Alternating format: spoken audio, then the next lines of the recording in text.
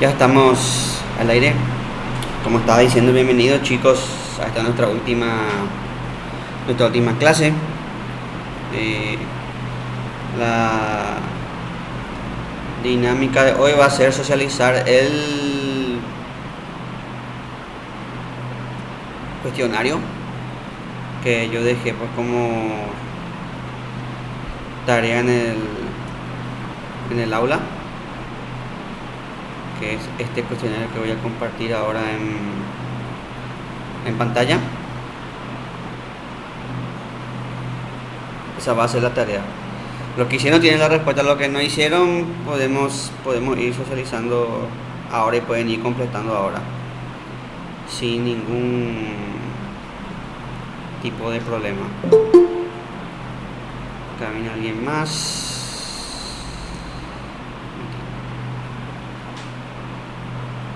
Entonces esa va a ser la dinámica de trabajo del día de hoy.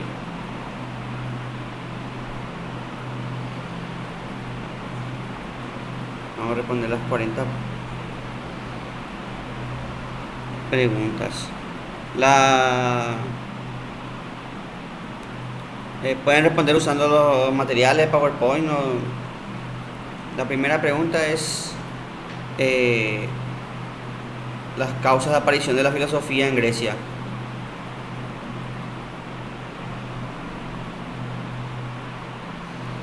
Esa es la primera pregunta. ¿Alguno de ustedes respondió este cuestionario?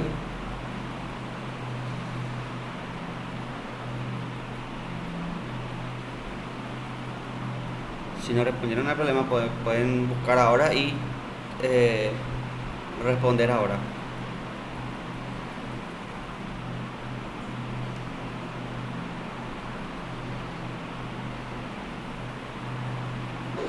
Profe, yo no pude completar, pero si no me equivoco en esa parte era la imposibilidad de los griegos de cultivar en su tierra que les llevó a navegar y a intercambiar la cultura con otros países limítrofes. Sí. Esa es una de las causas de la aparición de la filosofía esta vez respondiste bien, Daniel. ¿Alguien más?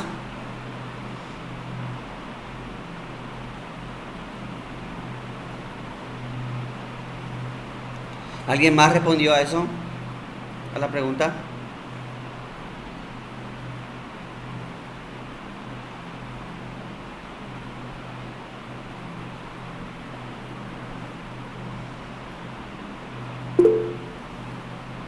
Sí, muy bien, Victoria. Esa es otra de las causas. El ambiente espiritual del siglo VII. ¿Alguien más tiene algo?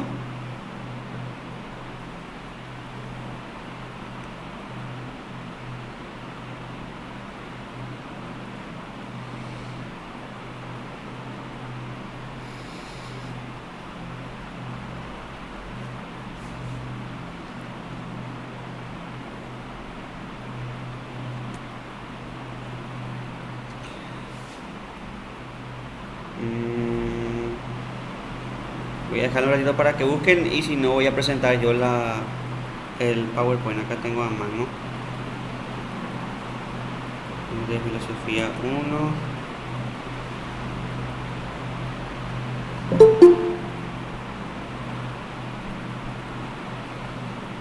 Profe, yo tengo una pregunta, profe.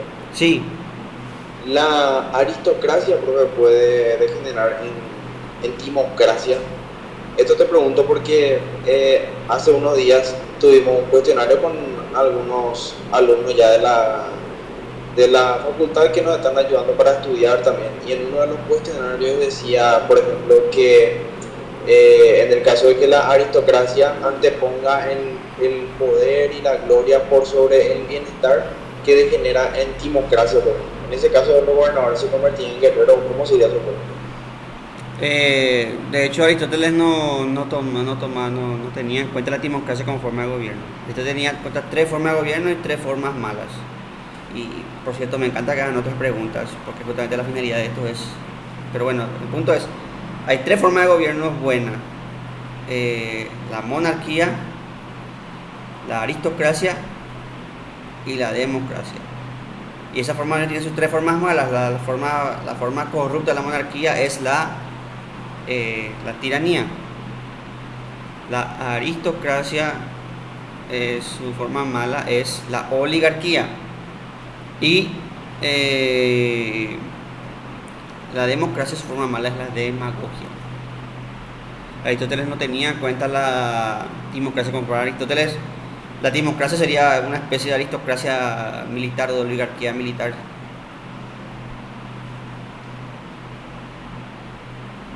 En ese caso, entonces, está mal la respuesta de que la aristocracia puede generar democracia, ¿verdad? Está mal el planteamiento luego ya, de entrada.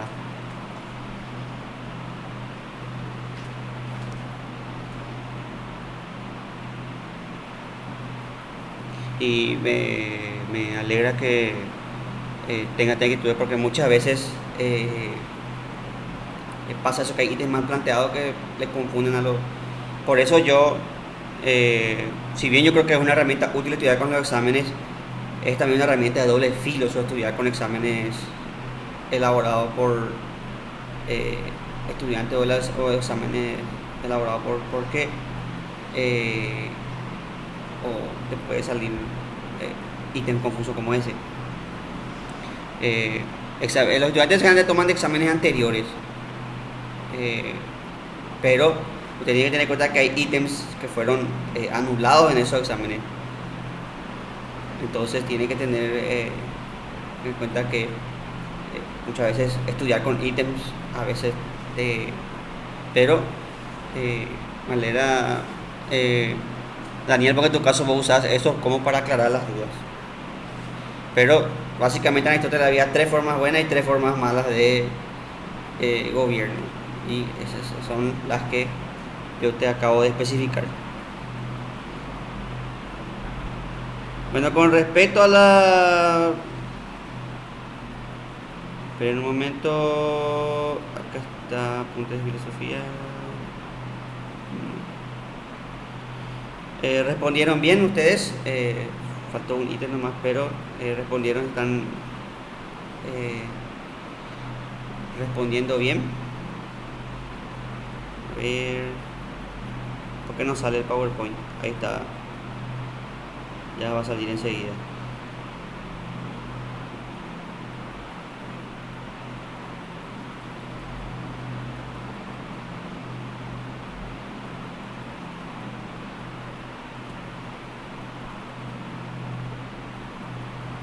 Una ventana,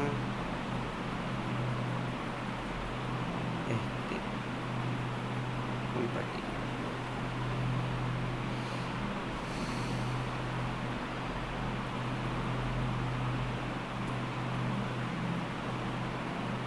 Acá están las causas de aparición de la filosofía en Grecia, si ustedes pueden ver. La situación geográfica, que es lo que dijo el compañero, el ambiente espiritual, que también dijeron, y le faltó el contacto con el Oriente, que Grecia está en un lugar privilegiado, donde pueden estar dando contacto con el Oriente, con Occidente, o sea, comerciaban con las regiones que ahora serían Italia, y comerciaban también con países como Persia, Egipto. Entonces, ahí está. Veamos la segunda pregunta. Victoria. Profe, en el material de ayuda también aparece el genio griego. ¿Y en qué consiste?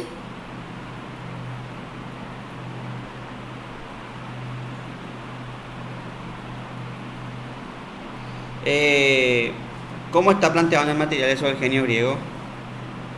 ¿Puedes leer un poco, Victoria? Yo tengo que material para ya tengo que buscar para... Sí, sí, voy a leer. En el pequeño pueblo griego es preciso reconocer un espíritu admirable dotado para las más variadas manifestaciones culturales. En todas cuantas ramas cultiva ciencia, artes plásticas, filosofía, derecho, política, literatura, etc. Ha dejado marcada profundamente su huella creadora.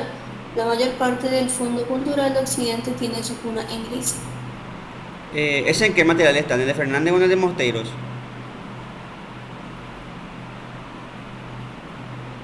¿En qué libro está de historia?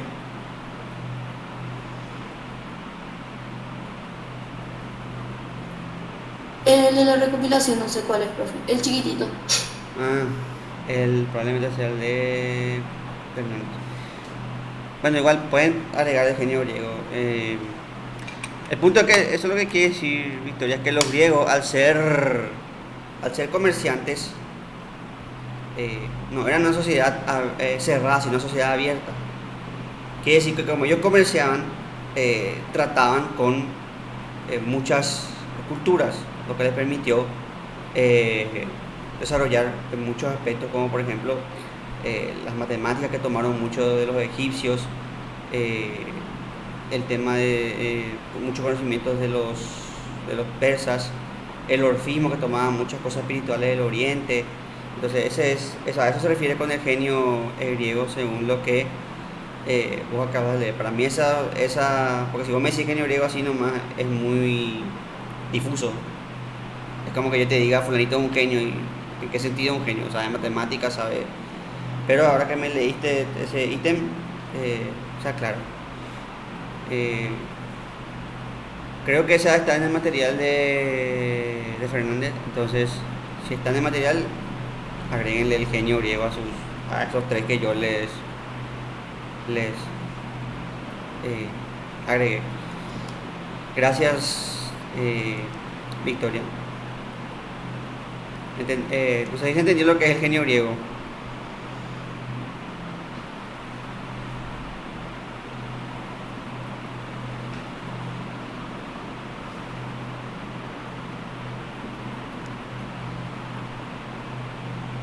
Una ventana.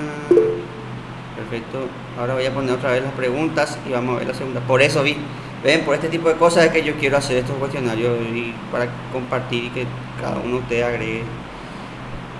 Y me encanta que estén leyendo los materiales.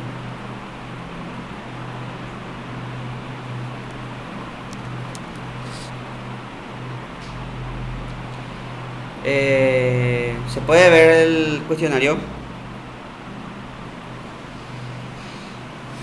La segunda pregunta es que esta es facilísima. ¿Qué se entiende por arjé?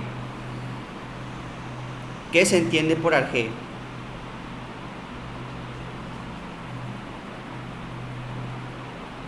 Elemento que constituye la naturaleza, puede ser, ¿verdad? Sí. Sí, está perfecto. ¿Alguien más tiene algo que agregar? Realidad primera, muy bien, Victoria.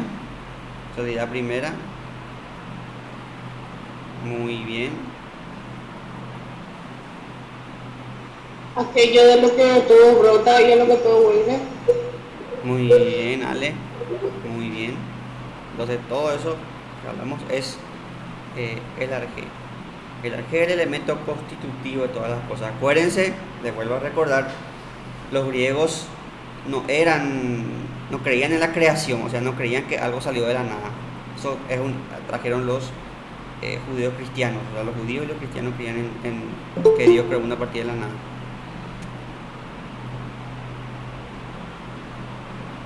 Los griegos no creían en eso, los griegos creían que siempre existió algo, pero que hay un elemento del que vienen todos los demás.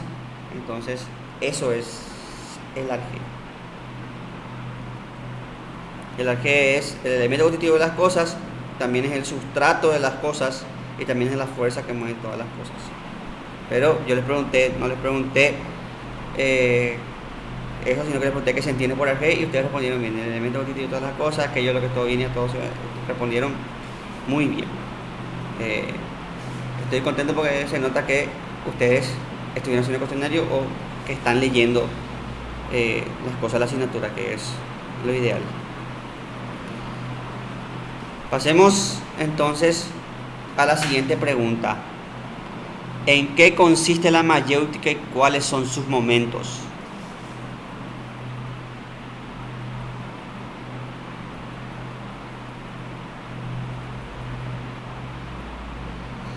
Acuérdense que la mayéutica tiene dos momentos. Si pueden buscar en sus materiales o si los que respondieron pueden ver en sus La respuestas. ironía y la mayéutica en sí son sus momentos, profe, y la mayéutica Sí, dar luz a las ideas. muy bien, Daniel. La mayéutica es el arte de dar luz a las ideas. Sócrates decía, ustedes acuérdense que Sócrates decía que él heredó la profesión de su mamá. La mamá de Sócrates era partera. Y Sócrates decía que él tenía el mismo trabajo que su mamá, solo que él en vez de parir bebés, en vez de ayudar a parir bebés, ayudaba a parir ideas. Entonces la mayéutica tiene dos momentos. Uno, la ironía, donde él se hace el tonto y pregunta. Y otro es ya la mayéutica propiamente en sí, donde le demuestra la ignorancia a su interlocutor y juntos buscan la verdad. Porque acuérdense que Sócrates no te decía, sos un burro, yo te voy a enseñar cómo se hace. No, Sócrates no era así. Sócrates decía, esto no es así, vamos a buscar la verdad. O sea, la verdad se llegaba al diálogo. No es que yo tengo la verdad y vos sos burro, sino que la verdad se llega mediante el diálogo. El ejemplo de eso es cuando Sócrates, y esto es verídico, Sócrates le pregunta a un general qué es el valor, y el general le responde, el valor es no retroceder nunca. Le respondió, y Sócrates le dijo, pero a veces en las batallas se tiene que retroceder, ya sea para salvaguardar una posición o ya sea para engañar al enemigo. Entonces quiere decir que esos soldados no son valientes. Entonces ahí el general se dio cuenta que su definición de valor era muy escueta, que no. Entonces Sócrates dijo, bueno, tenemos que averiguar qué es el valor, averigüémoslo, dialoguemos. Ese era el punto de la mayéutica. ¿Qué buscaba la mayéutica? El concepto, el caracú de las cosas, como decía un profesor mío. Buscaba el concepto, buscaba definir las cosas, que nosotros tengamos una definición de valor. Profe, en el, ¿cómo te digo? En ese proceso en el que Sócrates le ayudaba a la persona a encontrar la verdad o el concepto en este caso, ¿cómo se llamaba eso, profe? Creo que era algo de innatismo o algo así. Sí, porque para Sócrates quiere decir que la verdad estaba en uno, por eso él te ayudaba. Así como el bebé ya está en la mamá, luego tenés que entonces la verdad está en uno y lo que hace es hacerle salir. Porque la verdad es innata, está en todos. Lo que tiene que hacer es que salga. Así como la partera hace que el bebé salga. Y innatismo se llama, ¿verdad, profe? Sí.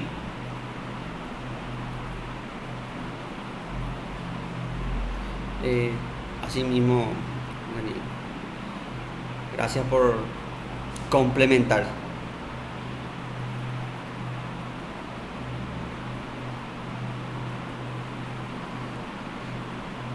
Cuarta pregunta, este está un poco complicadito. ¿Qué son las ideas en un sentido ontológico para Platón? ¿Qué son las ideas en sentido ontológico? Este está en el libro también, en el libro de Fernández, si no mal recuerdo estaba. Y está en el PowerPoint.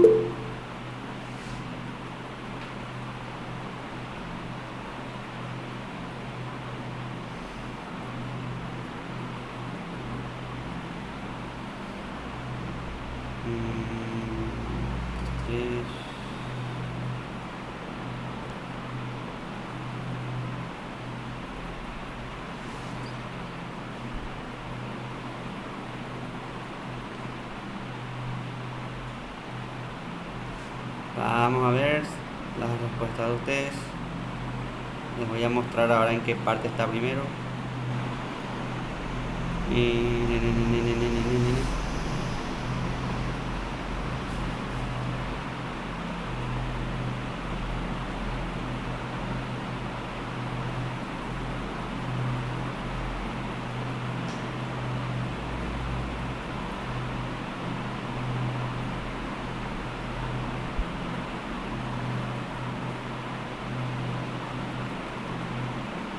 A ver.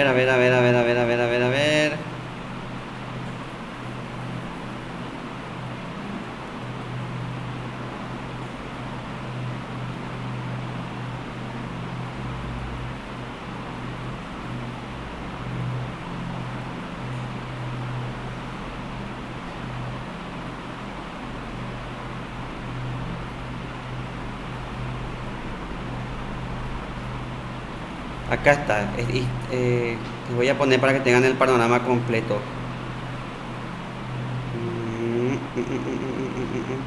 Porque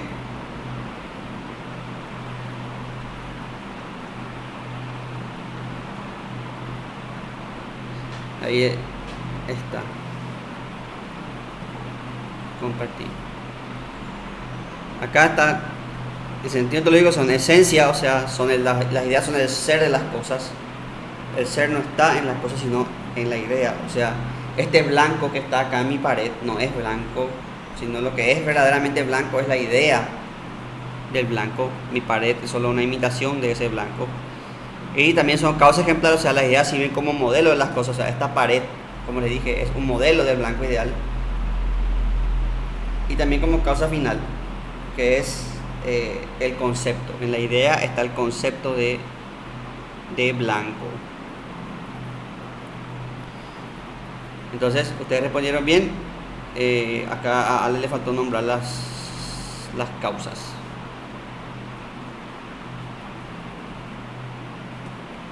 Les quería mostrar porque vi que no estaba completito, pero en esencia respondieron bien.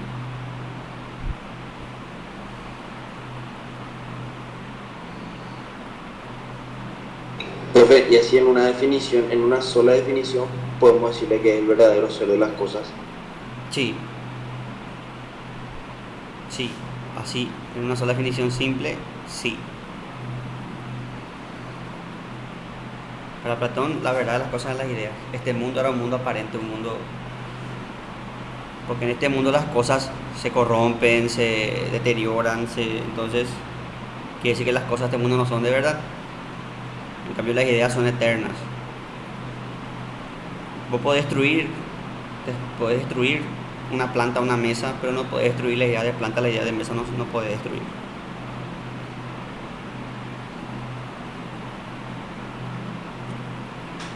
Pasemos entonces a la siguiente pregunta. Una ventana aquí. Compartir.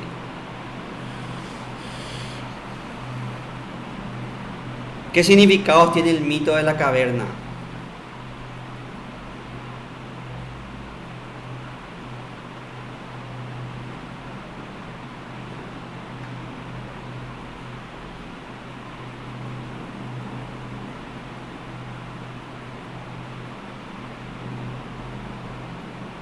Profe, yo había anotado eso, ahora no tengo mi anotación, pero me corregí si me equivoco.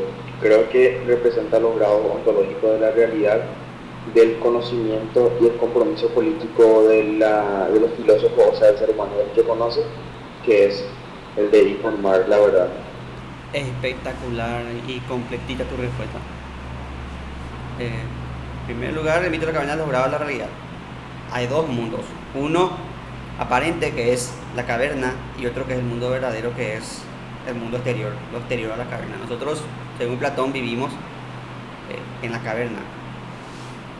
Platón fue el que inventó Matrix antes de que Matrix fuera cool.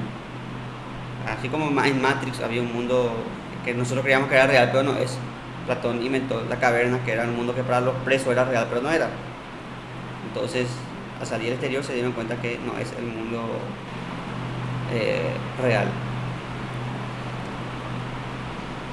También expresa, como dijiste, los niveles de conocimiento. Acuérdense que el preso, el que se escapa de la caverna, primero queda enceguecido por el sol y tiene que acostumbrarse de a poco al mundo exterior. Y así el conocimiento también es ir subiendo de a poco hasta la idea, hasta la verdad. Y el compromiso político, o sea, el preso pudo quedarse perfectamente afuera y decir que se jodan los otros, pero el preso vuelve para ayudar a sus amigos. Y así es el filósofo, una vez que encuentra la verdad, no tiene que quedarse ahí sino que tiene que divulgar, comprometerse con el pueblo. Y acuérdense que también en eso el preso que muere, al que le matan, es símbolo, representa a Sócrates, que por decir la verdad los atenienses le condenaron a tomar la cicuta. Hacemos la siguiente pregunta.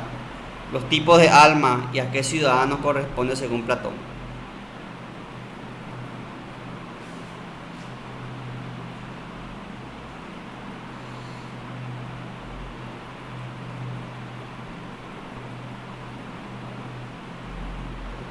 Racional creo que era el gobernante, irascible al guerrero y concupiscible al productor. Excelente, Daniel. Nuevamente, muy bien. Para Platón la sociedad era como las las hormiguitas. Hay hormiga reina, hormiga guerrera y hormiga productora, que es la que es más común porque es la que más vemos nosotros que se van por nuestros pastos. Y así para Platón también un estado ideal tiene que tener un gobernante, un guerrero y productores. Y eso Platón clasificaba por el tipo de alma de las personas. Y por eso es natural, porque esas virtudes son, cada cosa tiene una virtud. O sea, la virtud del gobernante es la justicia o la prudencia, depende de la traducción que ustedes encuentren, prudencia, algunos justicia. La virtud del guerrero es la fortaleza y la virtud del productor es la templanza. Por eso son virtudes naturales, porque vienen desde el alma. Porque viste que acuérdense que esta clasificación es de acuerdo al alma. En Platón no es que vos podés ser, Platón no es como Barbie que puede ser lo que quiere ser. Platón, vos nacés con y es de acuerdo a tu tipo de alma. Si vos sos una persona racional, tenés que ser gobernante. Si vos sos una persona con carácter, esas personas que actúan emocionalmente y que son, por tanto son valientes, son arrojadizas, tenés que ser guerrero. Y si sos una persona que vive en base a sus deseos, o sea que entonces sos una persona que tiene que ser productora. Por eso que muchos le critican a Platón, porque su sociedad es cerrada. Su sociedad voy a tener un rol que cumplir y ya está.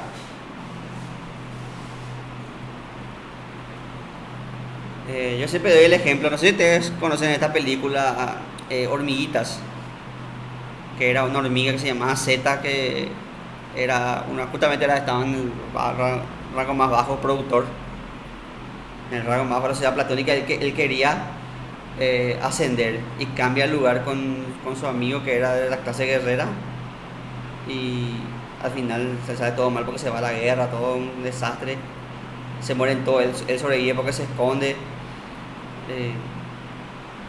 y después se tiene ahí con la princesa, tiene que huir con la princesa. Y no sé si ustedes conocen esa película, pero esa película describe la sociedad perfectamente, la sociedad de Platón. Bueno, pasemos a la siguiente pregunta. Y esto tiene relación con el siguiente punto, que son las formas de gobierno según Platón.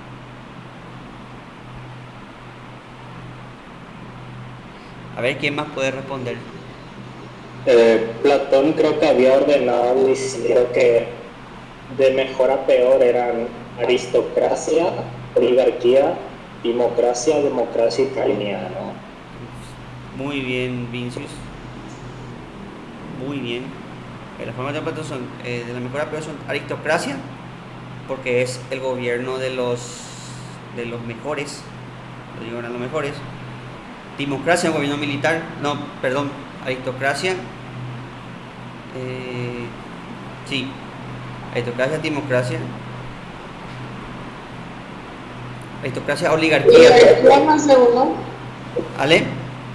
Oligarquía no Sí, es segundo, profe. eso justamente, aristocracia, por eso dije, perdón, aristocracia, oligarquía, que es el gobierno de pocos, democracia, gobierno militar, después viene democracia y después viene la tiranía.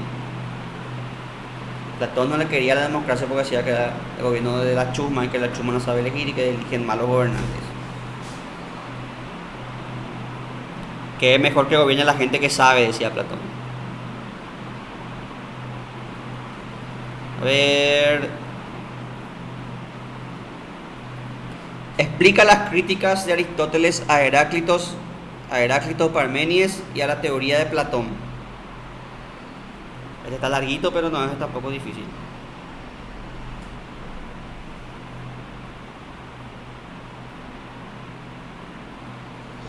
A Heráclito le criticaba, profe, el no ver la permanencia en el cambio, Sí, a Parménides el cambio en la permanencia y a Platón dividir los mundos.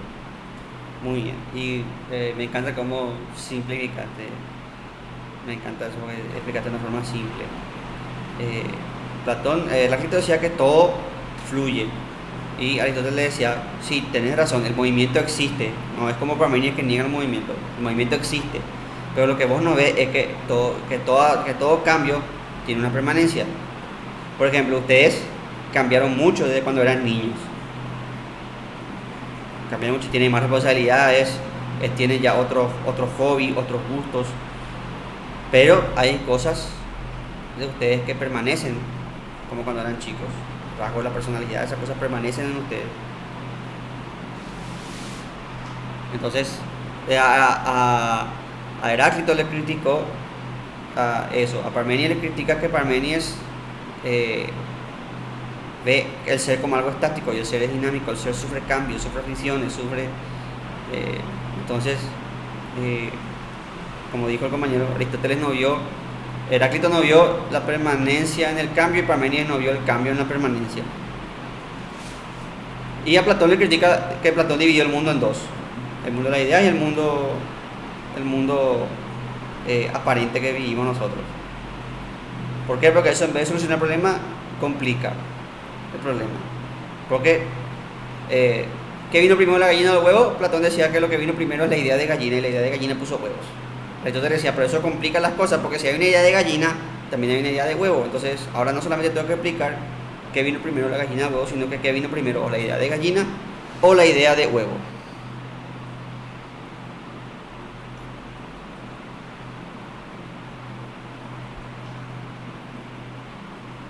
Siguiente.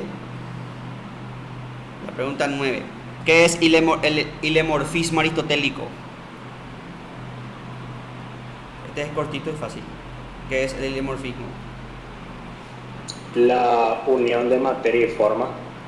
Sí, el ilemorfismo es la teoría que sostiene que todo está compuesto de materia y forma, siendo la forma el principio indeterminado, por tanto determinable, y la materia el principio indeterminado y la forma el principio determinado, por tanto determinable.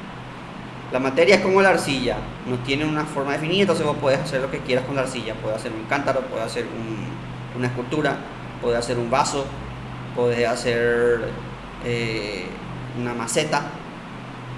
Pero una vez que vos le das forma ya está determinada la forma, ya está determinada su forma de cántaro. Entonces ya tiene una función específica, ya tiene una función determinante, que es guardar el agua.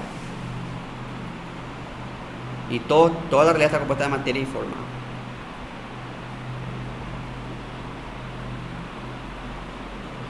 A ver, siguiente pregunta. ¿En qué consiste la teoría del acto y la potencia? Es la siguiente pregunta.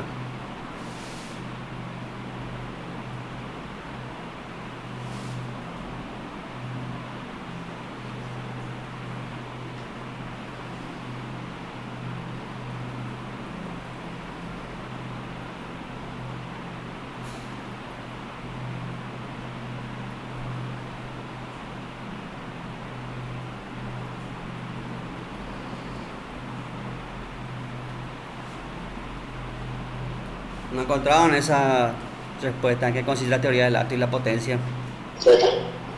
¿Ale? Profe, acto es lo que ya es y potencia lo que puede llegar a ser. Muy bien. Excelente, Ale. Me encanta que varios de ustedes sean los que estén interactuando. No te preocupes, Ale, igual te entendimos. Y efectivamente, Ale, acto y potencia es eso. Acto y potencia es una forma de explicar el movimiento. Y con eso Aristóteles soluciona el problema del movimiento que tanto nos venía rompiendo la cabeza desde Parménides y Heráclito.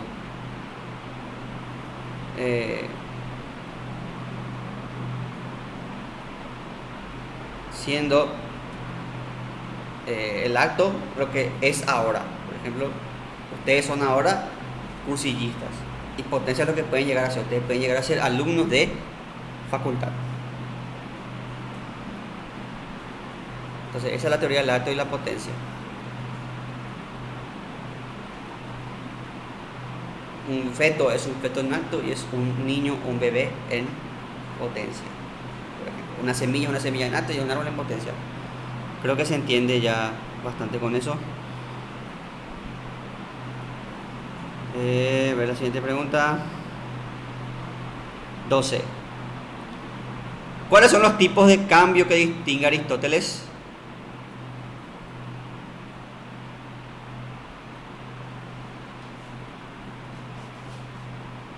Sustancial y accidental, ¿no son dos? Sí.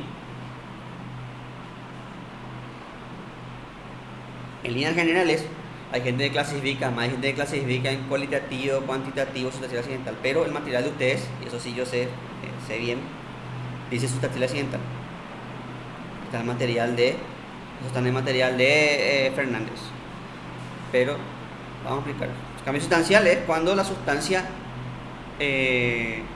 no es más sustancia, o sea, ya deja de ser sustancia. O se engendra una nueva sustancia. Cualquiera de esas dos cosas es un cambio sustancial. Por ejemplo, si yo destruyo una mesa al punto que ya no deja de ser mesa, si yo con un hacha corto una mesa hasta que deje de ser una mesa, es un cambio sustancial porque ya deja de ser una mesa. Si nace un bebé, también es un cambio sustancial porque un bebé es una nueva sustancia. Un bebé es un ente independiente de su papá y de su mamá. Un bebé ya es una nueva sustancia. Por eso un bebé es un cambio sustancial. Ahora, un cambio accidental es cuando hay cambio, pero ese cambio no altera la totalidad de la sustancia. Por ejemplo, si yo pinto una mesa, o si yo, por ejemplo, le recorto a esta mesa para que en vez de ser cuadrada sea más redondeada, o si yo me tiño el pelo, son cambios accidentales.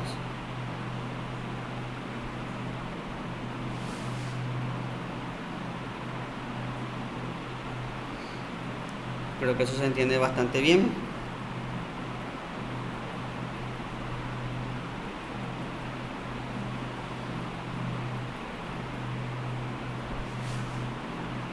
Vayamos ahora a los tipos de alma según Aristóteles. ¿Cuáles son los tipos de alma según Aristóteles?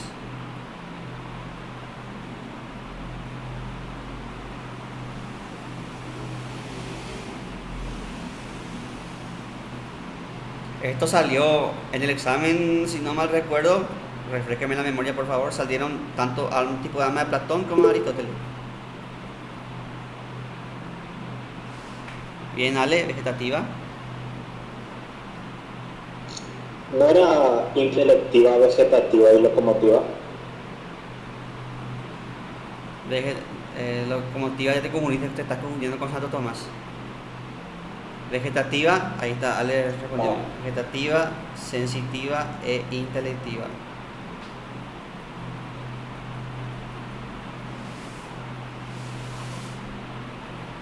Vegetativa es la alma propia de las plantas, que tiene la función básica de las plantas, que es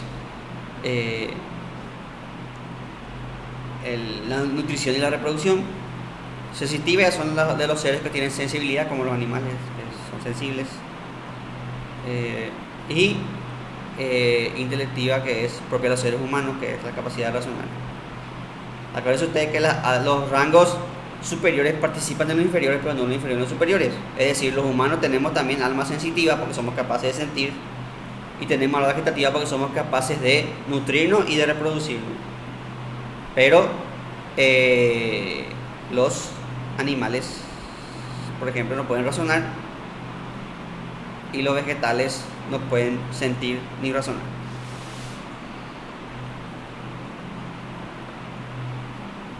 A ver.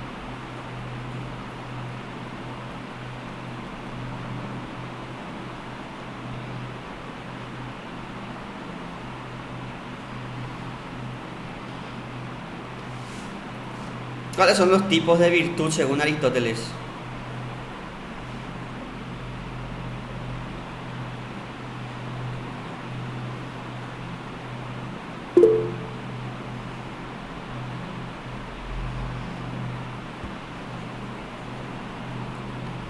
Muy bien.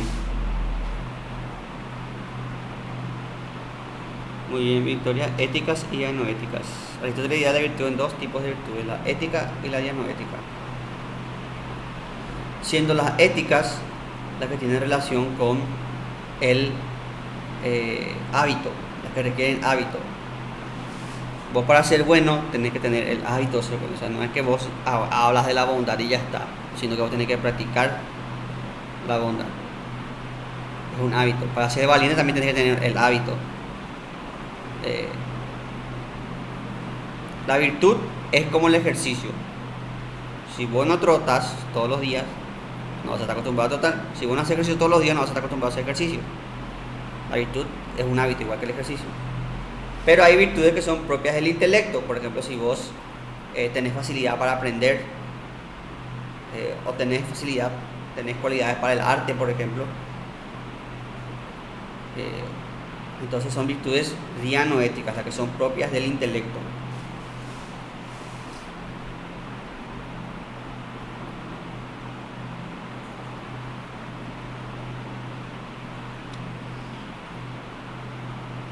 Y acá vamos a lo que dijo el compañero, lo que ya hablamos con el compañero, pero igual vamos a hablar otra vez. Las formas de gobierno según Aristóteles. Parece que había 3 buenas y 3 malas.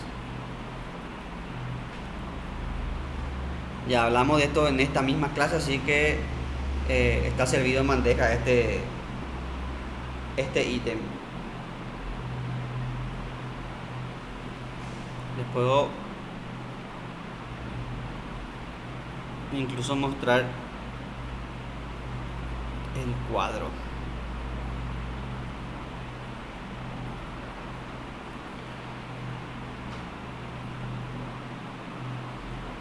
Compartir.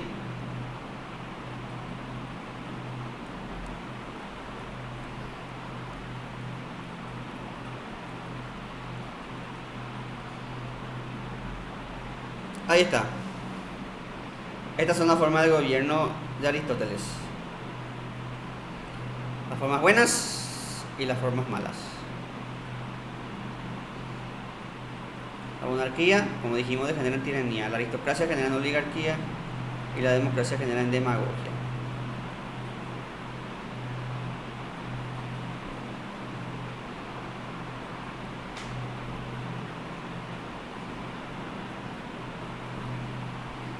Ahí les dejo el cuadro para que vean y de paso tomen notas. Ahí lo tienen.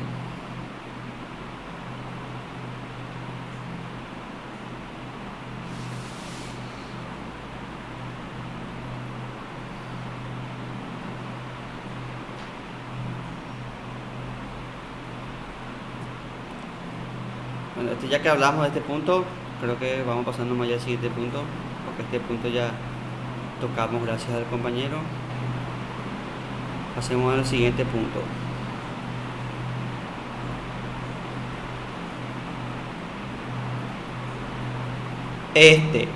Principales ideas de los pitagóricos.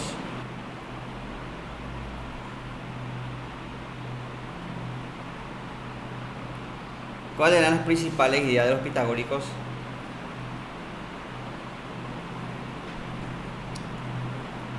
Sí, Pero no era la concepción cíclica de la historia, la transmigración del alma y del alma. Sí. Sí, quiero que presten porque este de los pitagóricos no está desarrollado en el libro de Fernández, está en el libro de Mosteiros. Y yo creo que la mayoría tiene el libro de Fernández. Pero, si el compañero respondió bien. ¿Alguien tiene la respuesta de ese? Yo voy a mostrar el PowerPoint.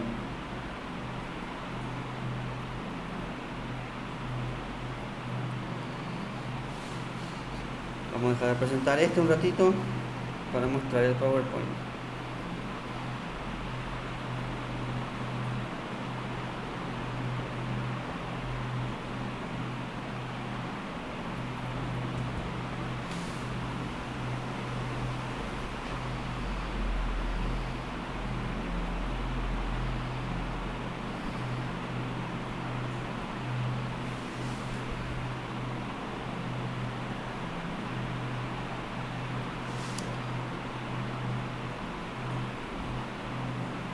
El compañero respondió bien. ¿Alguien más tiene la respuesta de este ítem?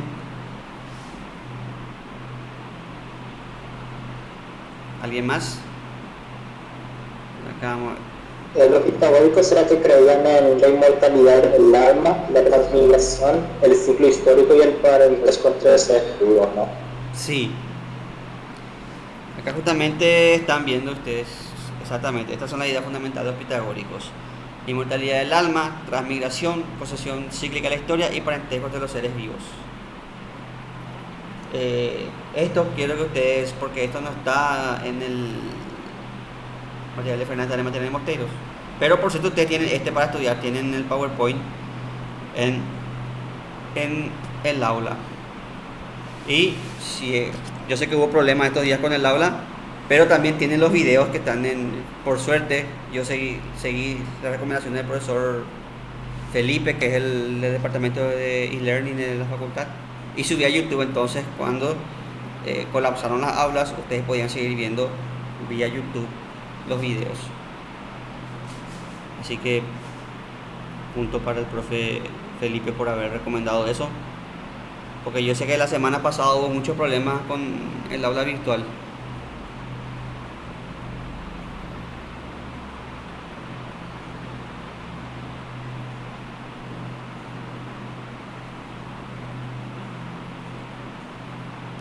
¿Qué es psicogénesis? Esta es una pregunta muy fácil.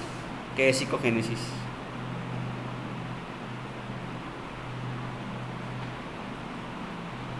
La razón que nos lleva a filosofar. Sí, psicogénesis es lo que impulsa al hombre a filosofar. Entonces creo que no hay mucho misterio en eso. Ahora, la siguiente pregunta es también fácil. Son los tipos de duda.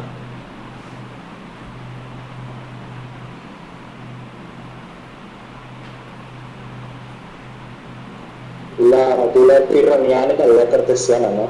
Sí. La duda pirroniana o escéptica, que es básicamente dudar de todo y quedarse en la duda. Y la duda cartesiana o metódica, que es usar la duda para llegar a la verdad. O sea, usar la duda para encontrar algo de lo que vos no puedas dudar y así llegar a una certeza, a una verdad. Esa es la diferencia entre Descartes y Pirrón. Que Pirrón se quedó en la duda, en cambio Descartes dijo: yo voy a dudar de todo para llegar a una verdad.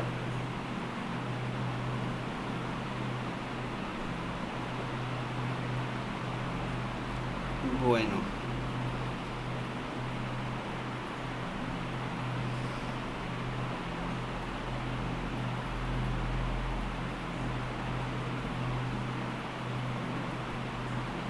Siguiente. ¿Qué es el principio de homomensura? También fácil es este. Ese no era el principio de Protágoras, porque el hombre Sí. Muy bien, Daniel y Ale. El principio de homomensura es el principio que establece que el hombre es la medida de todas las cosas. ¿Qué quiere decir eso? Que nosotros somos los que le damos el valor a las cosas. ¿Qué es feo? ¿Qué es bello? Es algo que decidimos nosotros. ¿Qué es justo? ¿Qué es injusto? Es lo que decimos. O sea, nosotros le ponemos el valor a las cosas. Por eso la justicia, la belleza son cosas que establecemos nosotros. Por eso el criterio de realidad es el hombre, la medida de la realidad es el hombre. Por eso el hombre es la medida de todas las cosas. Básicamente lo que quiere decir es que no hay una verdad absoluta, sino que la verdad es lo que nosotros atribuimos a lo que es verdad. Nosotros le damos el valor a las cosas. Nosotros decimos que esto es lindo, que esto es feo, que esto es justo, que esto es injusto. Lo cual expresa justamente el relativismo de los sofistas.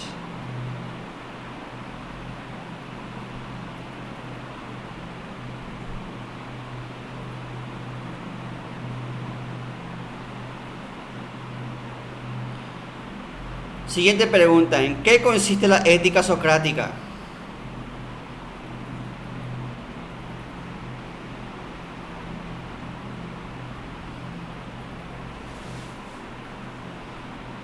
Muy bien, Ale, y muy bien, Victoria.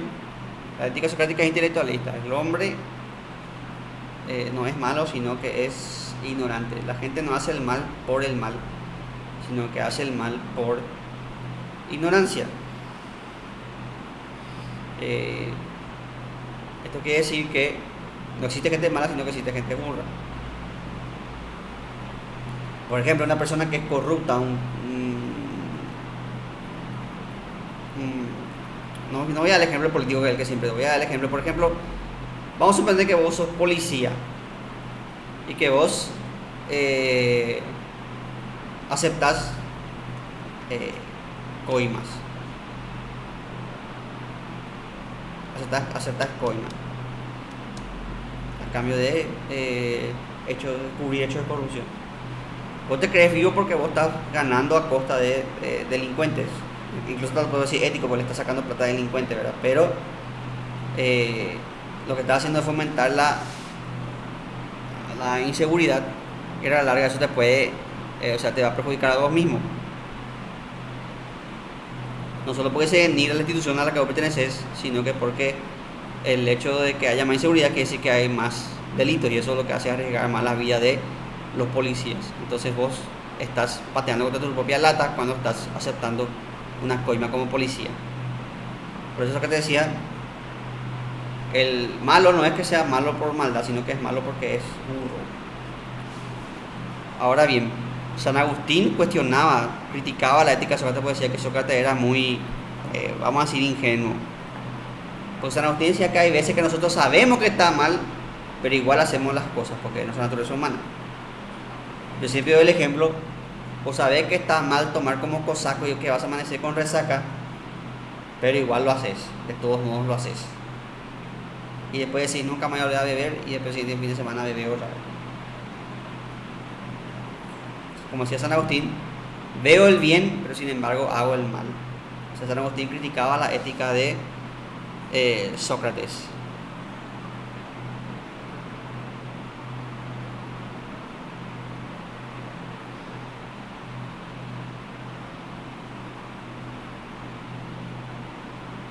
Siguiente pregunta.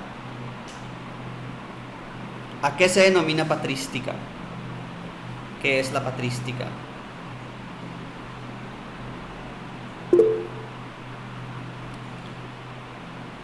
Muy bien, Ale. Sí, bien resumido, pero bien explicado también. La patrística es la doctrina de la Iglesia cristiana y surge en el periodo de consolidación del cristianismo. Saben ustedes que la historia de la filosofía cristiana se divide en dos: patrística y escolástica. La patrística es el periodo donde se consolida el cristianismo. Por eso ustedes que el cristianismo no es que Jesús agarró y dijo, ustedes hagan iglesias, tengan feriado domingo, celebren Viernes Santo. Jesús, el único mandamiento de Jesús es que se amen unos a los otros. Jesús no estableció una iglesia ni una religión, ni tampoco dijo que los curas no tienen que casarse.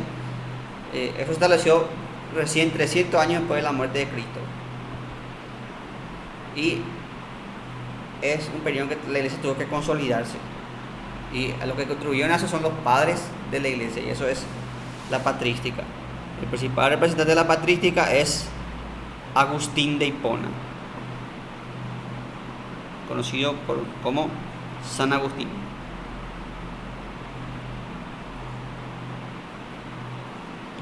Siguiente pregunta, esta está un poquito más complicada, pero igual se puede. ¿En qué consiste la teoría del conocimiento agustiniana?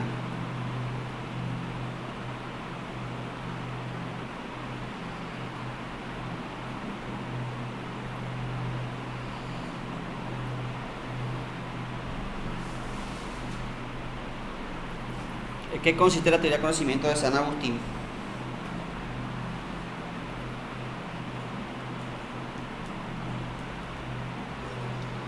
Que nos trasladamos a las ideas por medio de la iluminación. Repetí otra vez, se escuchó con, mi parlante de repente. ¿Puedes repetir? Que nosotros accedemos a las ideas por medio de la iluminación, pues Dios sabe todo. Sí. Muy bien. El iluminismo. ¿Alguien más?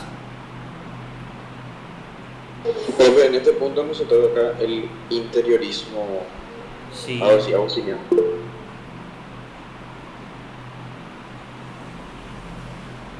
Muy bien, Ale. Muy bien también, Ale. Todos están respondiendo bien. Bueno, básicamente Agustín lo que hace es cristianizar el pensamiento de Platón. Igual que Platón, San Agustín decía que el conocimiento verdadero está en las ideas. Solo que para Agustín las ideas no están en el topo urano, como decía Platón, sino que están en la mente de Dios. Dios, antes de crear el universo, ya pensó en todo. Todos nosotros, todo lo que hay, todo lo que existe, esa planta que está ahí, esta mesa que está acá, todo ya fue pensado por Dios antes de que el Dios cree el mundo.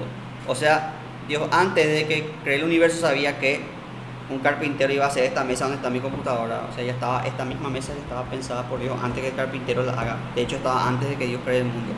Por eso todas las cosas están en la mente de Dios. Las ideas de las cosas están en la mente de Dios. Y nosotros tenemos ese conocimiento, como dijo el compañero, por la iluminación, mediante la gracia de Dios.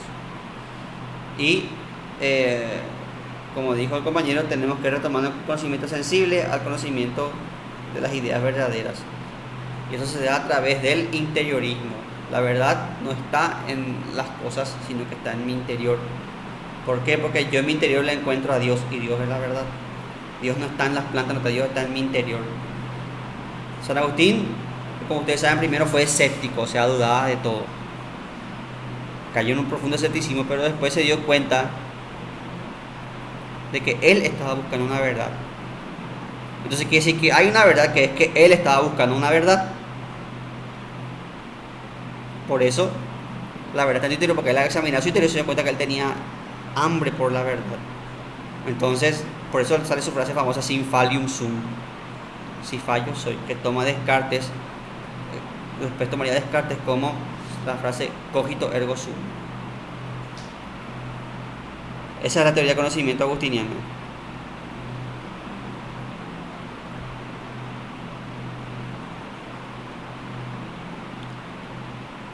¿En qué consiste el mal según San Agustín y cómo lo clasifica?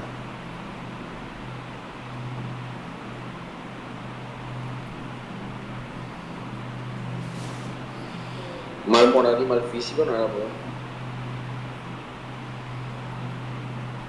Sí, esa es la clasificación. Pero ¿en qué consiste? ¿Qué es el mal para San Agustín?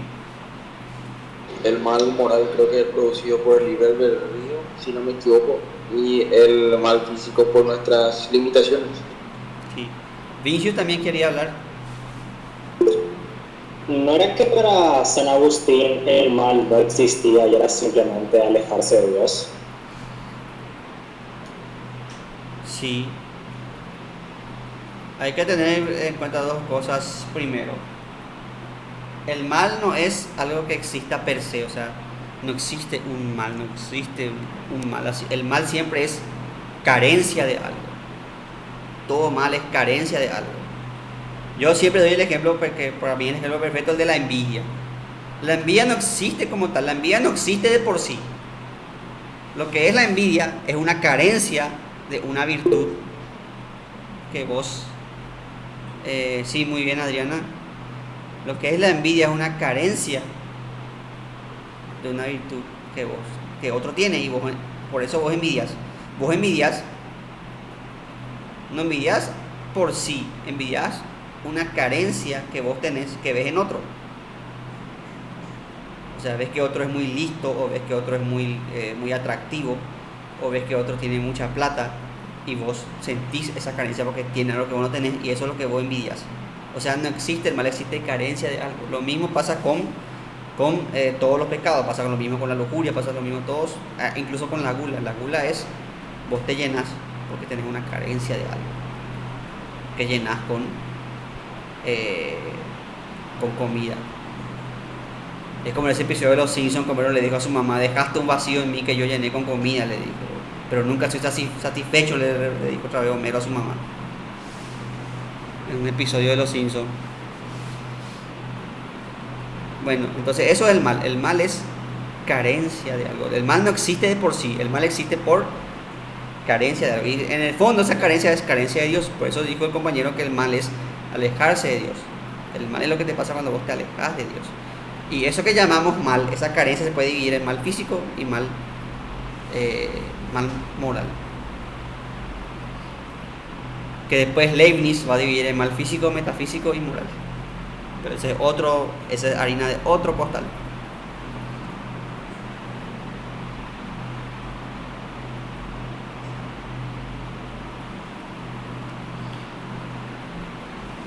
Siguiente pregunta. ¿Cuál es la relación entre razón y fe según Santo Tomás?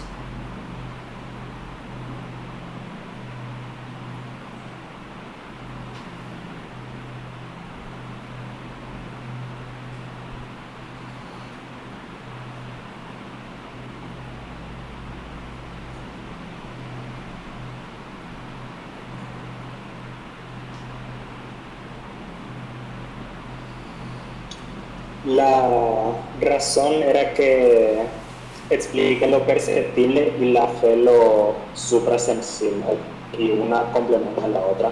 Sí. Exactamente. ¿Alguien más quiere aportar?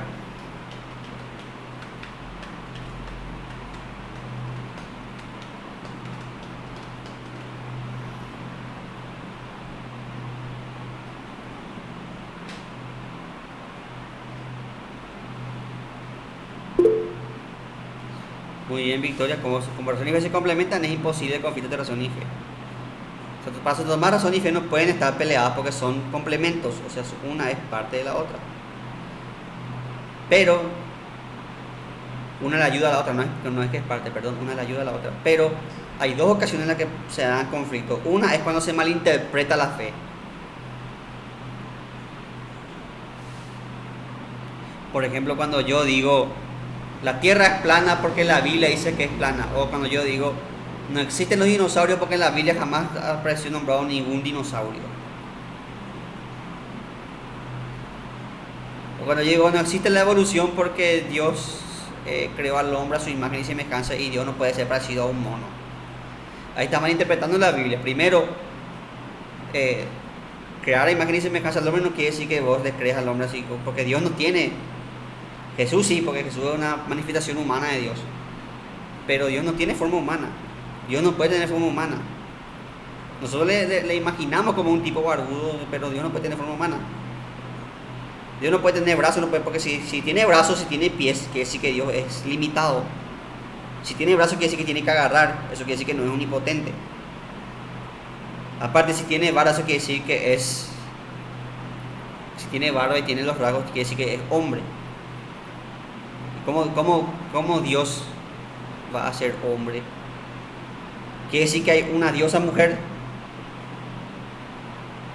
Obviamente Dios se manifiesta, las veces que se manifestó como de hecho Jesús, que él también nació hombre, ¿verdad? Pero Dios no puede tener sexo porque ¿con quién se reproduce Dios?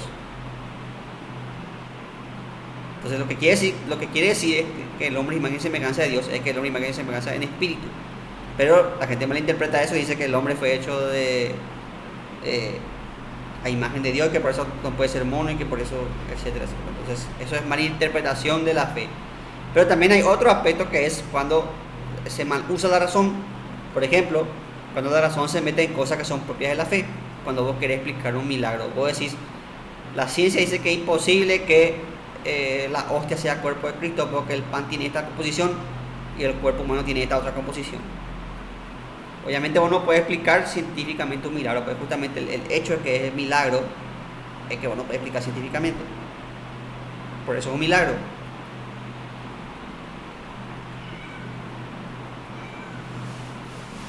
Entonces, esas dos cosas pasan. Solamente hay conflicto entre fe y razón cuando o se malinterpreta la fe o se usa mal la razón. Eso decía Santo Tomás de Aquino. Siguiente pregunta. ¿Cómo se componen las 5 vías? Este, si no me recuerdo, no me acuerdo si estaba Fernando Mosteiro, pero estaba en el libro estaba en uno de los libros.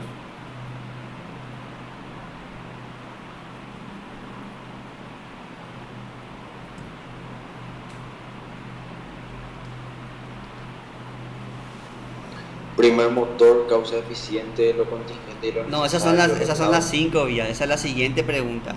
Yo te pregunto, Profe, punto de partida, sí, principios de causalidad eficiente, sí, principios de imposibilidad de la serie causal y Sí. punto de llegada. muy bien. Santo Tomás dice que las pruebas de Dios tienen que partir de algo evidente, que es el punto de partida. Partimos de algo evidente. Existe la gallina. Todos podemos contratar por comprobar que existe la gallina. Después tenemos causa eficiente. Si existe la gallina, quiere decir que esa gallina tuvo que haber salido de algún lado. ¿De dónde salió esa gallina? Salió de un huevo. Ahora, la tercera parte es la imposibilidad de la causa. Si la gallina vino de un huevo, quiere decir que ese huevo tuvo que haber venido de una gallina, y quiere decir que esa gallina tuvo que haber venido de un huevo, y ese huevo de una gallina, y esa gallina de un huevo, y ese huevo de una gallina, y esa gallina de un huevo, y ese huevo de una gallina, y esa gallina de un huevo.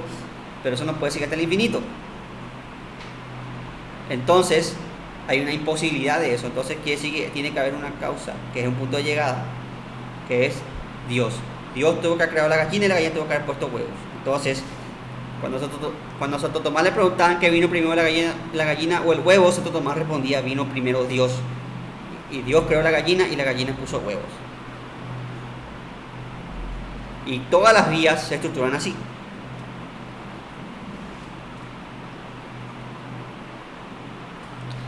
Ahora sí, la explicación de las 5 vías. Ahora sí, Daniel. Llegó mi momento. El primer motor, causa eficiente, lo contingente y lo necesario, logrado de la perfección Sí. y por el orden del mundo. Muy bien. Primer motor quiere decir que todo lo que se mueve es movido por algo. ¿Por qué se mueve mi brazo? Porque mi cerebro lo ordena a mi brazo y mi sistema nervioso trae impulso eléctrico, hace que mis músculos se muevan y eso mueve mi mano. ¿Cómo se mueve esos impulsos eléctricos? Se mueven por cargas que tiran mis neuronas en el cerebro. ¿Cómo se mueven mis neuronas? Se mueven por estímulos químicos. Esos estímulos químicos se mueven por el movimiento de los átomos. Esos átomos se mueven por el movimiento de las partículas subatómicas. Esas partículas subatómicas se mueven por la fuerza de gravedad débil y fuerte. ¿Y qué es lo que impulsa la fuerza de gravedad? Bueno, ahí Dios. O sea, el movimiento sí te lleva a Dios, porque tiene que haber algo que empiece las cosas. Y ese algo no puede ser movido por nada. Porque ¿qué le mueve a Dios? No puede haber un Dios que haga que Dios se mueva, ¿verdad? Entonces Dios tiene que hacer que la realidad funcione, el fundamento de la realidad, y es el primer motor. Esto Santo Tomás le robó a Aristóteles. Aristóteles decía que tiene que haber un primer motor. Santo Tomás, lo único que hizo Santo Tomás es decir, ese primer motor de Aristóteles es Dios. Aristóteles nunca dijo que el primer motor era Dios. Santo Tomás sí dijo, el primer motor es Dios. La segunda vía es la que ya expliqué, de la gallina del huevo. La causa eficiente. Toda cosa tiene una causa. La gallina tiene que ser causada por algo. La gallina tiene que venir a un lado de un huevo y el huevo tiene que venir a un lado de la gallina. Hasta la imposibilidad de la causa. La tercera vía es la vía de lo contingente y de lo necesario.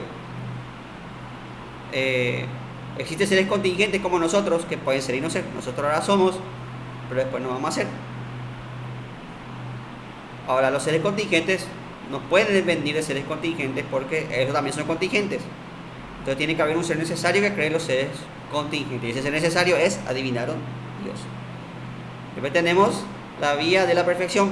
Existen cosas más perfectas que otras. Gente que tiene letras más lindas, pero la perfección no puede ser infinita, porque si no la perfección no existiría como tal. Tiene que haber algo que sea lo más perfecto de lo perfecto, y esa perfección es Dios. Y la última vía es el orden del mundo. El mundo está ordenado, por tanto tiene que haber un ordenador. Si vos tenés un reloj, tiene que haber un relojero que haya hecho ese reloj. Bueno, y así es lo mismo. El mundo tiene un orden, por eso tiene que haber alguien que haya puesto este orden, y ese alguien es Dios. Bueno, esas son las 5 vías aplicadas grandes. Te lo resumo así nomás, las 5 vías de Santo Tomás.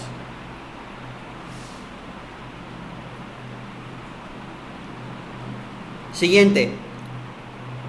¿De qué tenía que defenderse la patrística?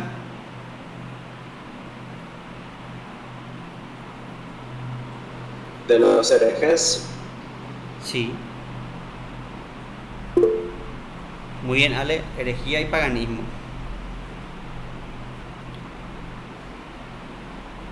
Pregunta, ¿cuál es la diferencia entre un hereje y un pagano?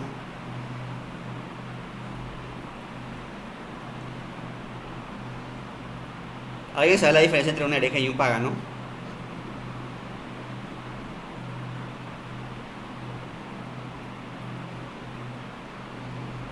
Los herejes creo que cambiaban el dogma principal del cristianismo y los paganos creían en otras deidades. Muy bien, perfecto, Vinicius. El hereje es alguien que cree en el mismo Dios que vos, o sea, cree en el cristianismo, cree en Dios, pero no acepta el dogma cristiano, o sea, no acepta el dogma de la Iglesia Católica Apostólica. Por ejemplo, para un católico apostólico romano, un protestante sería un hereje, porque no acepta cosas como la Inmaculada Concepción de la Virgen, no acepta cosas como la salvación mediante la Iglesia, no acepta cosas como la comunión, no acepta cosas como la veneración a los santos. Entonces son herejes. Si bien ahora no se usa ese término porque está muy feo, pero para un católico o un protestante sería un hereje. Y antes había varias herejías, estaban los gnósticos, los maniqueos, había varias politeísticas de las que la patrística tiene que defenderse. Y están también los paganos, que son los que sencillamente creen en otros dioses, creen en Zeus, en Thor, en Odín, en lo que sea. En Buda.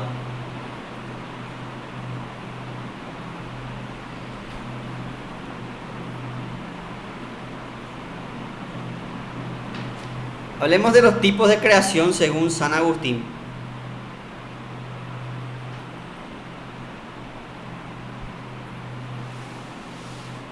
¿Cuáles son los tipos de creación según San Agustín?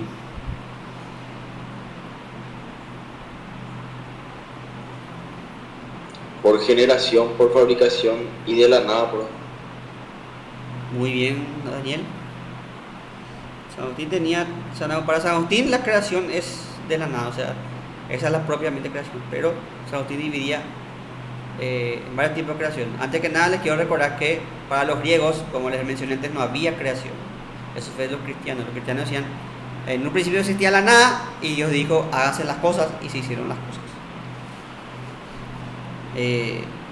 Pero San Agustín decía que hay varias formas de crear. La primera creación es por generación, cuando yo genero algo por mí mismo, o sea, yo puedo generar saliva, puedo generar mucosa, puedo generar un bebé.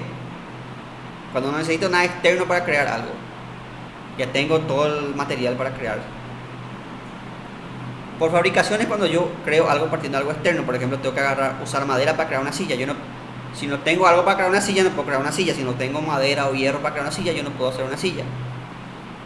Pero estas dos creaciones no son propiamente creaciones, porque siempre necesitas algo para crear. La verdadera creación es la creación ex nihilo, cuando se crea de la nada. ¿Por qué? Porque nosotros estamos atados por las leyes de la física.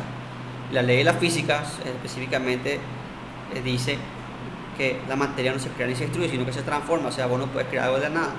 Pero como Dios es Dios y se pasa las leyes de la física, Dios puede crear a partir de la nada.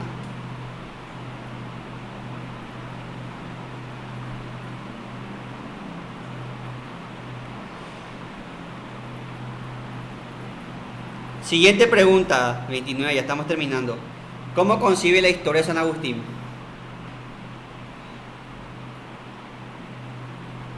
¿Cómo concibe la historia de San Agustín?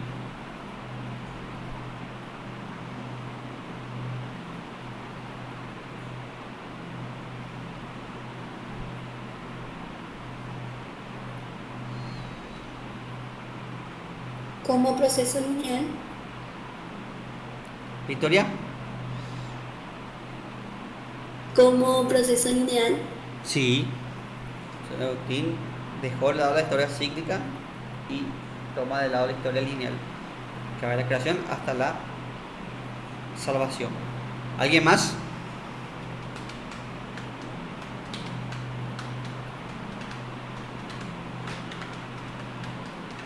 San Agustín creía también, profe, que la historia era importante para la salvación del alma. Sí, de hecho el fin de la historia es la salvación de la humanidad. Todo lo que pasa en la historia pasa para que la humanidad se salve. Acuérdense que que la historia para Dios es como una película.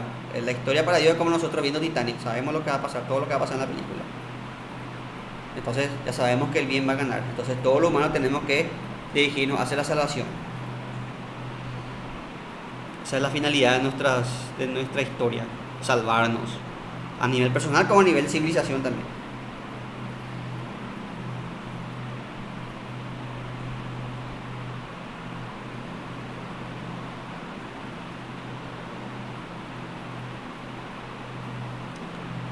¿Cuáles son los factores que orientan el pensamiento escolástico?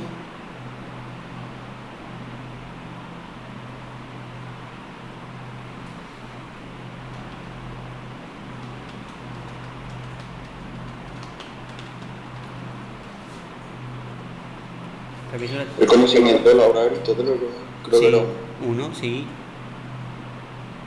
Otro.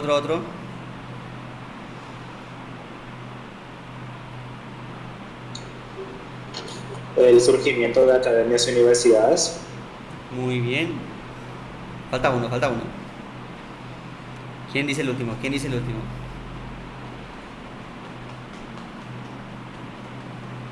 Las actividades científicas. Sí. Esos son los tres factores que determinan el surgimiento de la escolástica. Primero, Aristóteles. El surgimiento de Aristóteles. Como yo les conté, el copo aristotélico se perdió. De hecho, mucho de lo que ya no volvimos más a recuperar. Pero por suerte los árabes rescataron parte de la obra de Aristóteles. O sea, todo lo que tenemos de Aristóteles tenemos gracias a los árabes a los copistas árabes que transcribieron del griego al árabe las obras de Aristóteles. Y con las cruzadas, Rosy, no sé si quiere hablar Rosy o No, profesor, fue nomás. Bueno, entonces estábamos con las cruzadas cuando se enfrentan los musulmanes con cristianos por Jerusalén, por recuperar Jerusalén. Los europeos tienen contacto con el Oriente y por tanto con las obras se encuentran con las obras de Aristóteles. Y eso genera toda una revolución. Aristóteles empieza a ser introducido por Alberto Magno y por Tomás de Aquino, que fue discípulo de Alberto Magno.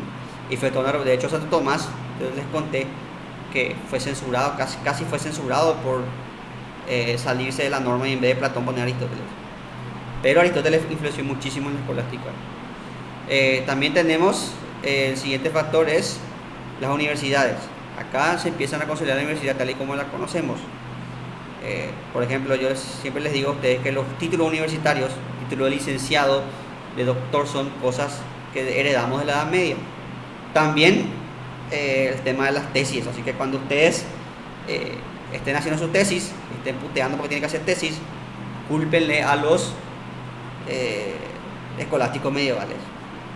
Y por último, las actividades científicas. En esta época empezó, todavía no se consolidó, pero ya empezó a ser mejor visto el estudio de la naturaleza.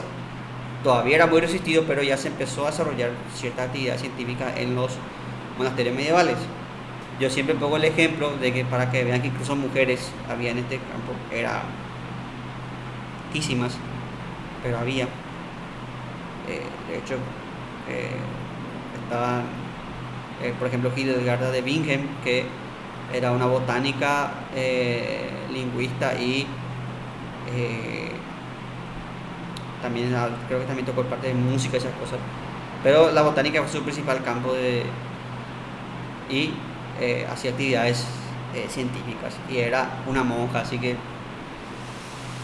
Y yo siempre para que se acuerden de ella, siempre les digo que ella fue la que le agregó el lúpulo a la cerveza, así que gracias a ella tenemos la cerveza como la conocemos. Gracias a Hildegarda.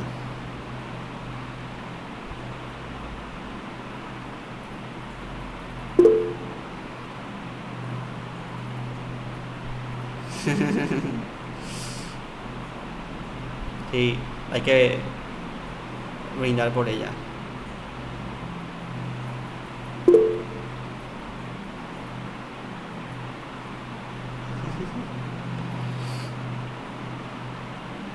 De hecho, ella fue nombrada santa.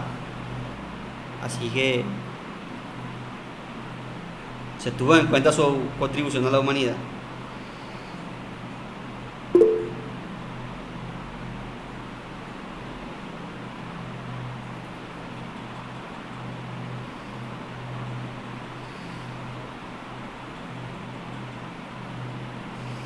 Le voy a hacer nota. Es justo y necesario. Bueno, ¿cuáles son las diferencias entre los seres contingentes y los seres necesarios?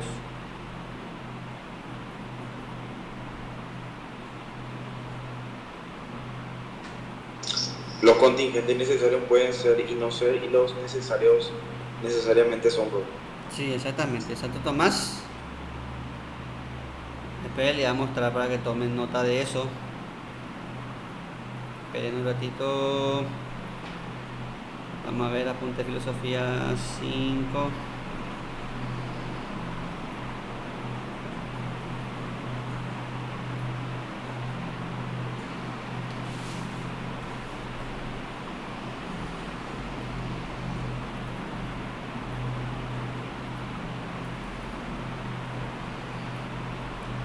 Acá, exactamente lo que dijo para acá les voy a mostrar para que tengan ustedes ya todo desarrollado.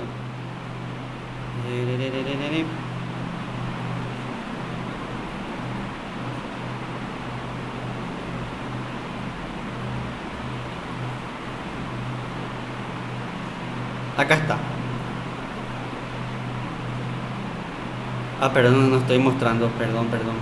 Pensé que ya puse la ventana. Compartimos. Acá tenemos los entes. Los entes poseen esencia y existencia. O sea, los entes poseen esencia, o sea, que poseen algo que les hace ser lo que son, pero también existe, o sea, el ente es cuando es en acto. Esencia es lo que hace que la cosa sea, existencia es que sea en acto. Los seres creados son contingentes, o sea, que pueden ser o no ser. O sea, que es lo mismo que existir. La existencia no se identifica con la esencia. ¿Qué quiere decir esto? Yo, por ejemplo, ahora soy, y después voy a dejar de ser cuando me muera, que espero que sea dentro de mucho. Voy a dejar de ser, y voy a hacer solamente un recuerdo. O sea, la gente va a recordar lo que yo fui, pero yo ya no voy a estar en este mundo. Entonces va a ser esencia. Y lo mismo puede decir, por ejemplo, ustedes pueden decir, cuando yo tenga un hijo va a hacer tal cosa. Eso es el proyecto de ser de tu hijo, pero tu hijo todavía no existe. Entonces, por eso en los seres contingentes la existencia no se identifica con la esencia. En cambio, el ser necesario, que es Dios, existe necesariamente, por tanto su existencia y su esencia se identifican. Dios no puede no existir, por tanto Dios sencillamente es y existe. No sé si se entendió este punto, si quedó claro este punto.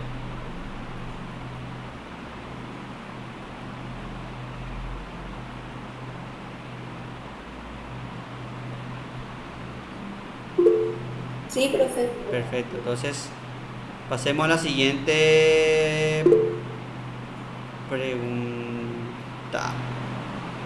Una ventana aquí, compartir. Este.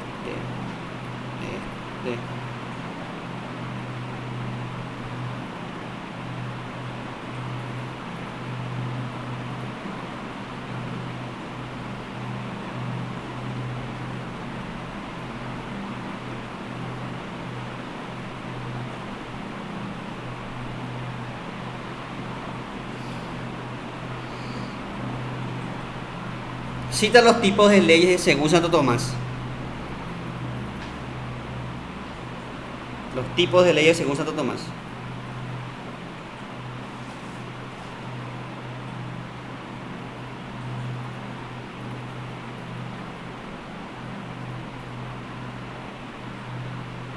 eterna, natural y positiva. Muy bien, Victoria. Muy bien, Victoria. La ley eterna es la ley que viene de Dios. O sea, Dios establece, al ser Dios, establece las leyes de las cosas. Esas leyes Dios las manifiesta en la naturaleza. O sea, Dios hace que los planetas giren de determinada forma. Dios hace que las estaciones se sucedan en determinado orden. Dios hace que los animales tengan determinadas funciones. Entonces todo funciona de acuerdo a eso. Es la ley natural. La ley natural es la manifestación de la ley eterna en la naturaleza. Y el hombre hace también sus leyes, que son las leyes que nosotros tenemos, las leyes que citan los abogados, la constitución, esas cosas son nuestras leyes. Las leyes humanas son un reflejo de la ley natural, que a su vez son un reflejo de la ley de Dios. Por ejemplo, no matarás es una ley humana. O sea, si vos matas te vas a cárcel, estás penado.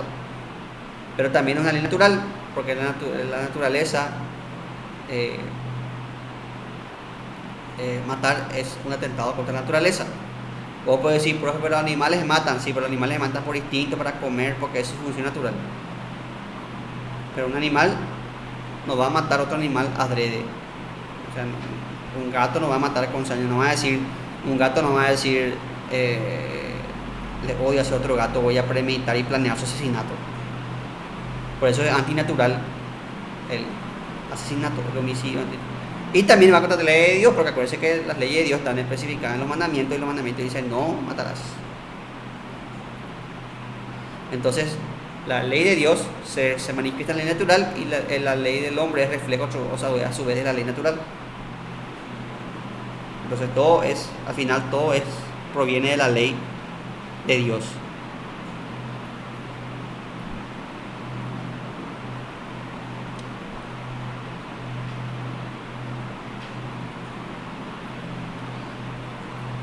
¿En qué consiste la filosofía política de Santo Tomás?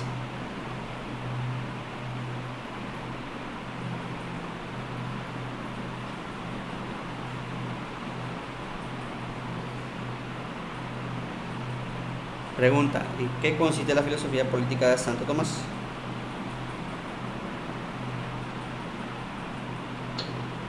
Ahora pues ven que el ser humano es un animal político. Sí, eso Santo Tomás le sacó sacó de Aristóteles. Aristóteles decía que el ser humano es por naturaleza político. O sea, si a vos te crían los perritos, si vos sos criado por perritos, te vas a comportar como un humano. De hecho, estudios de los neurocientíficos dicen que si un bebé no aprende a hablar a los 2 años, ya no vamos a hablar nunca.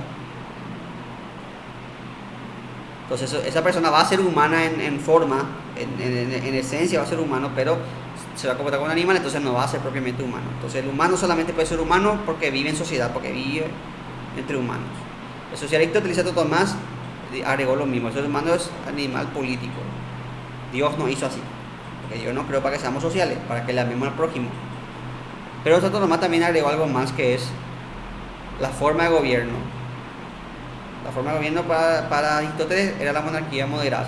Para Santo Tomás también, pero para Santo Tomás quien debía moderar al monarca es la iglesia. O sea, Santo Tomás quería un estado dependiente de la iglesia. Esa es la forma de gobierno de Santo Tomás, para que la iglesia le oriente al monarca y regule el poder del monarca. Otra cosa interesante de Santo Tomás es que él hablaba también, incluso antes que John Locke, hablaba de una especie de derecho a la rebelión, porque él decía, si el monarca no obedece los designios de Dios, el pueblo tiene derecho a no obedecerlo, porque está rompiendo las leyes de Dios, y obviamente Dios es más que el monarca. El monarca tiene que hacer las leyes. Si el monarca no sigue las leyes de Dios, entonces el pueblo no tiene que legitimar a ese monarca. No es un monarca legítimo si desobedece las leyes de Dios. Esto Santo Tomás, yo pienso que Santo Tomás saca de la Biblia, saca del libro de los Macabeos, que dice que luchar contra la tiranía es una forma de servirle a Dios, dice el libro de los Macabeos. Palabra de Dios, te alabamos, Señor. Está en la Biblia, es el libro de los Macabeos. Yo creo que Santo Tomás saca de ahí eso, y eso fundamenta Y después John Locke va a sacar el derecho a la rebelión, que es si el Estado no cumple contigo, tenés derecho a rebelarte.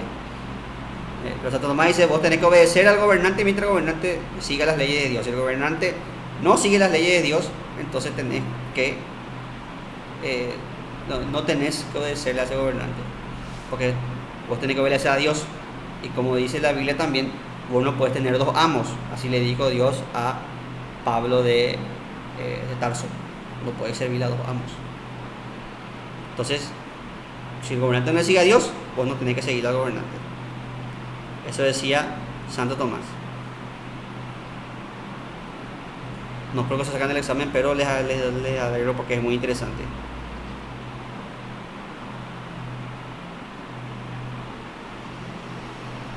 Siguiente pregunta. ¿Qué podemos conocer según Kant?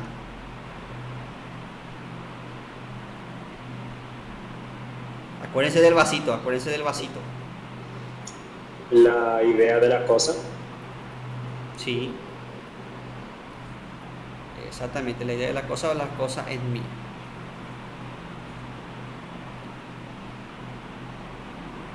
¿Alguien quiere agregar algo más?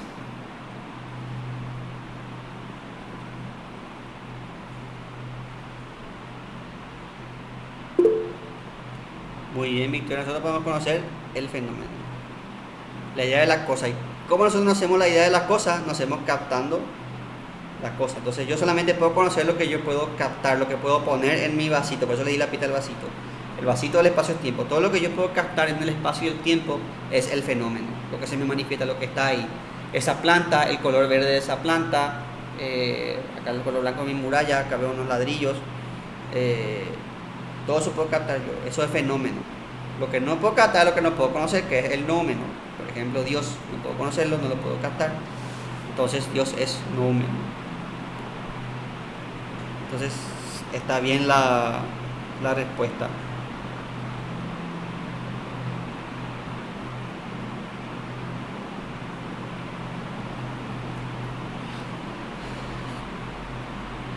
Hacemos la siguiente pregunta.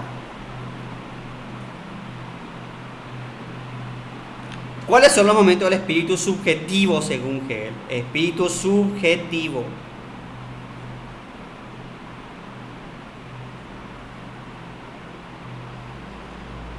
La tesis es la antropología, la antítesis es la fenomenología y la síntesis es la psicología. Perfecto, Vinicius.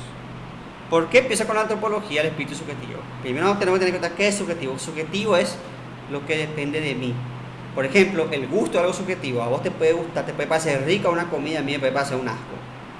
A vos te puede gustar una ropa o te puede parecer un asco. Entonces eso es subjetivo. ¿Y por qué la antropología es la tesis del espíritu subjetivo? Porque el espíritu se hace consciente con el hombre. El hombre es el momento en que la naturaleza cobra conciencia de sí misma. El hombre es naturaleza consciente. Por eso la tesis, la afirmación es la antropología, se afirma con el hombre. Después viene la fenomenología, que es la antítesis. ¿Por qué?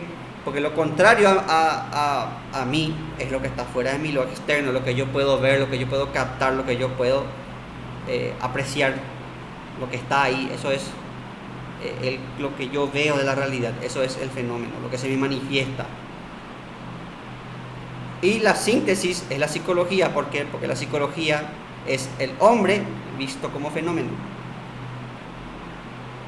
La psicología estudia la conducta humana, o sea, estudia al hombre como un fenómeno conductual. Por eso la psicología es la síntesis del espíritu subjetivo.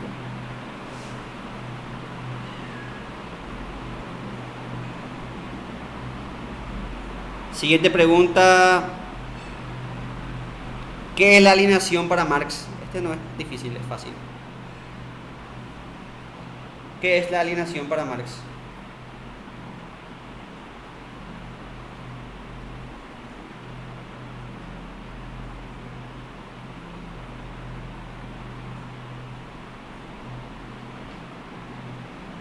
Alineación religiosa, profe. No, alienación en general. ¿Qué es la alienación?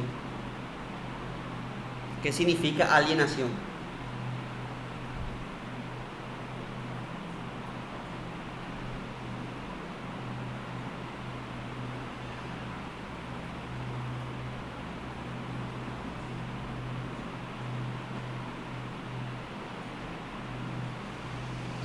El desposeer.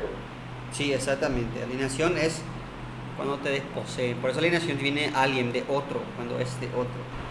Eso, según Marx, genera una falsa conciencia. Vos tenés este teléfono es de Huawei. El chinito que creó este teléfono no creó el teléfono para él, creó para la marca Huawei. Y lo que tienen las ganancias, si a Avina le dan una parte de lo que ganan en base al trabajo del chinito, son Huawei. Entonces, eso es la alienación.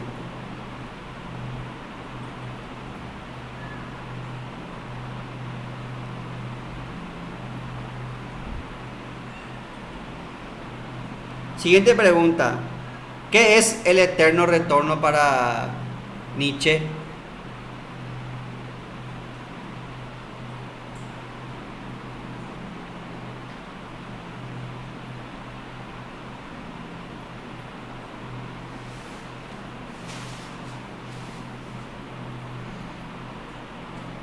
¿Qué es el eterno retorno para Nietzsche?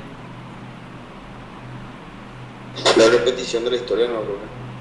Sí, que todos los sucesos que vivimos en nuestra vida, todo lo que vivimos, con todos los buenos momentos y malos momentos, se va a repetir otra vez. Por eso tenemos que vivir la vida, disfrutar la vida, porque vamos a vivirla una y otra vez. ¿Por qué? Porque la naturaleza está compuesta de átomos y los átomos tienen una determinada configuración, entonces tarde o temprano se va a repetir. Si vos tenés 3 colores y tenés rojo, blanco, azul, puedes mezclar azul, blanco, rojo, blanco, azul, rojo, pero tarde o temprano vas a tener que repetir la configuración. Y lo mismo los átomos. Entonces la vida como la conocemos, según Nietzsche, se va a repetir. Entonces vamos a volver a vivir lo mismo que vivimos una y otra vez. O sea, Nietzsche vuelve a una visión cíclica de la historia.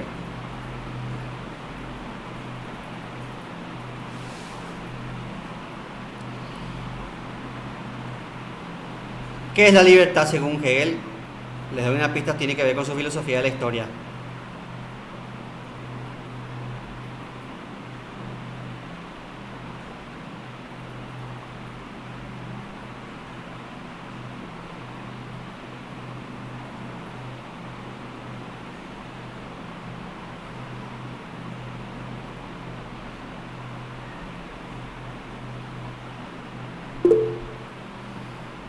Libertad sea alemana.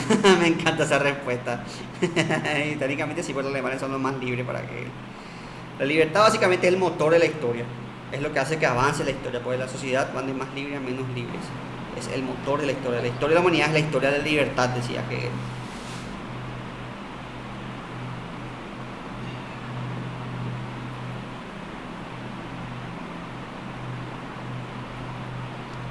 Siguiente pregunta. ¿Qué parte de la obra de Kant analiza la posibilidad de la metafísica como ciencia?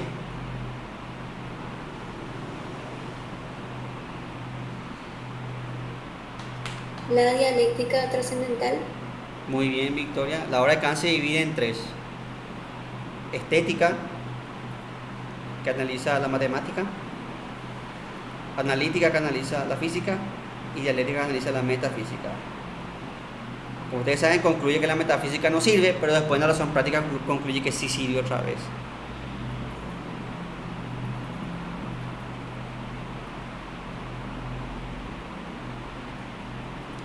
Y la última pregunta, que es facilita, ¿qué es el positivismo? ¿Qué es el positivismo?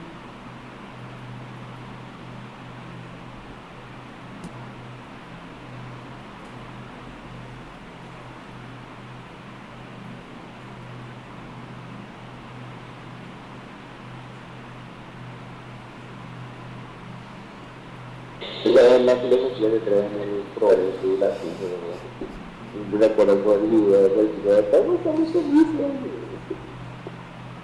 Buscar el lado bueno de las cosas ahí, Ale. Te voy a dar un punto por graciosa, Ale. Daniel, perdón. No, que era lo de el progreso y la ciencia. Sí. El positivismo es la filosofía que cree en el progreso, en la ciencia, que cree que la ciencia va a llevarnos a estadios cada vez mejor de la humanidad. Eso es básicamente positivismo. Básicamente el que ve el lado bueno de la revolución industrial es positivismo, y Marx el que ve el lado malo de la revolución industrial. Si bien Marx reconoce el progreso de la industria, Marx también dice que ese progreso trae consigo nuevas formas de explotación. Bueno, entonces con esto terminamos el cuestionario. Y si tienen alguna pregunta, alguna duda, tienen estos minutitos extra para hablar.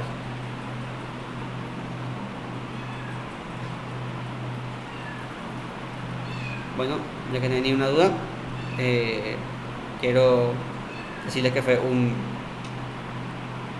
placer ser profesor de ustedes, y no me quiero ir sin antes desearles éxito en los exámenes de ingreso, y espero que nos veamos por los pasillos de la facultad. Entonces, éxitos en el examen de ingreso.